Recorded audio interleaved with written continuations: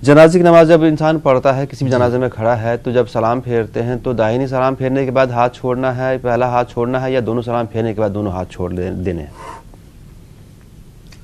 जी, ये शुबा इस वजह से होता है लोगों को कि सलाम फेरते वक्त दोनों हाथ बंधे हुए होते हैं और दोनों सलाम फेर देते हैं, हाथ उनके बंधे हुए ही होते हैं। और बाज़ लोग ऐसा करते हैं कि सीधी जानिब जब सलाम फेरते हैं सीधा हाथ छोड़ते हैं, और बाईं जानिब सलाम फेरते हैं तो बायां हाथ छोड़ते हैं।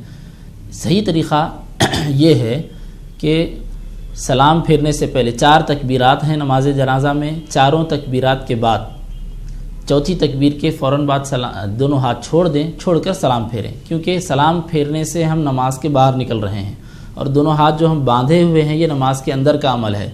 तो जब हम नमाज के बाहर निकल रहे हैं तो नमाज के अंदर के अमल को हम ख़त्म करें, उसके बाद यानी दोनों हाथों को छोड़ डालें, उसके बाद फिर सलाम फेर दें। जी बहुत शुक्रिया।